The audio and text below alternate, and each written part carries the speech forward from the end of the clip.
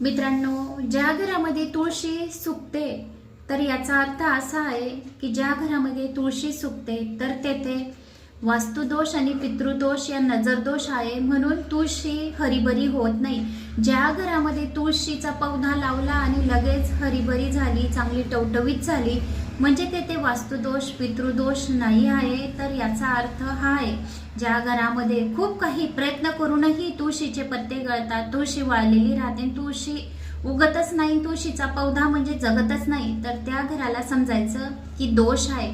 तर तो दोष निवारण्यासाठी तुम्हाला सर्वात जास्त ओम नमः शिवाय या मंत्राचा जप करावा, म्हणजे दोषांचे निवारण होईल.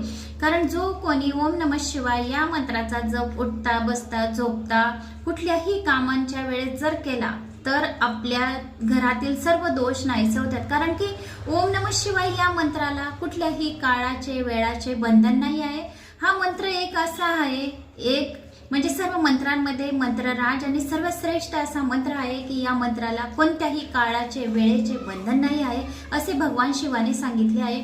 म्हणून तुम्ही हा मंत्र केव्हाही उठता बसता झोपता भाज्या खुडता कपडे धुता स्वयंपाक करता केव्हाही ओम नमः शिवाय या मंत्राचा जप करू शकतात आणि आपली तुळशी हरिभरी करू शकतात. कारण की ओम नमः शिवाय मंत्राचे जप केल्याने 6 प्रकारचे सर्व वास्तुदोष दूर होतात आणि आपल्या घरात सर्व सुख समृद्धी नांदते. घरात जर तुळशी चांगली राहिली आपल्या दाराशी तर घरात आर्थिक परिस्थिती चांगली होते, घरातील आर्थिक अडचण दूर होते, घरात बरकती येते आणि सर्व दरिद्रताचा नाश व्हावो आणि माता लक्ष्मी स्थिर राहो असे तुळशी जवळ बोलायचे. म्हणजे याच्याने सुद्धा खूप फरक पडतो आणि नजर दोषापासून मुक्ती मिळते आणि आपल्या मुलामुलींची दीर्घ आयुष्य होते आणि मुलामुलींची प्रगती होण्यासाठी खूप काही मदत होते. सर्वात महत्त्वाचं म्हणजे तुळशी चांगली टवटवीत राहावी, हरिभरी राहावी, तर हेच मेन आहे.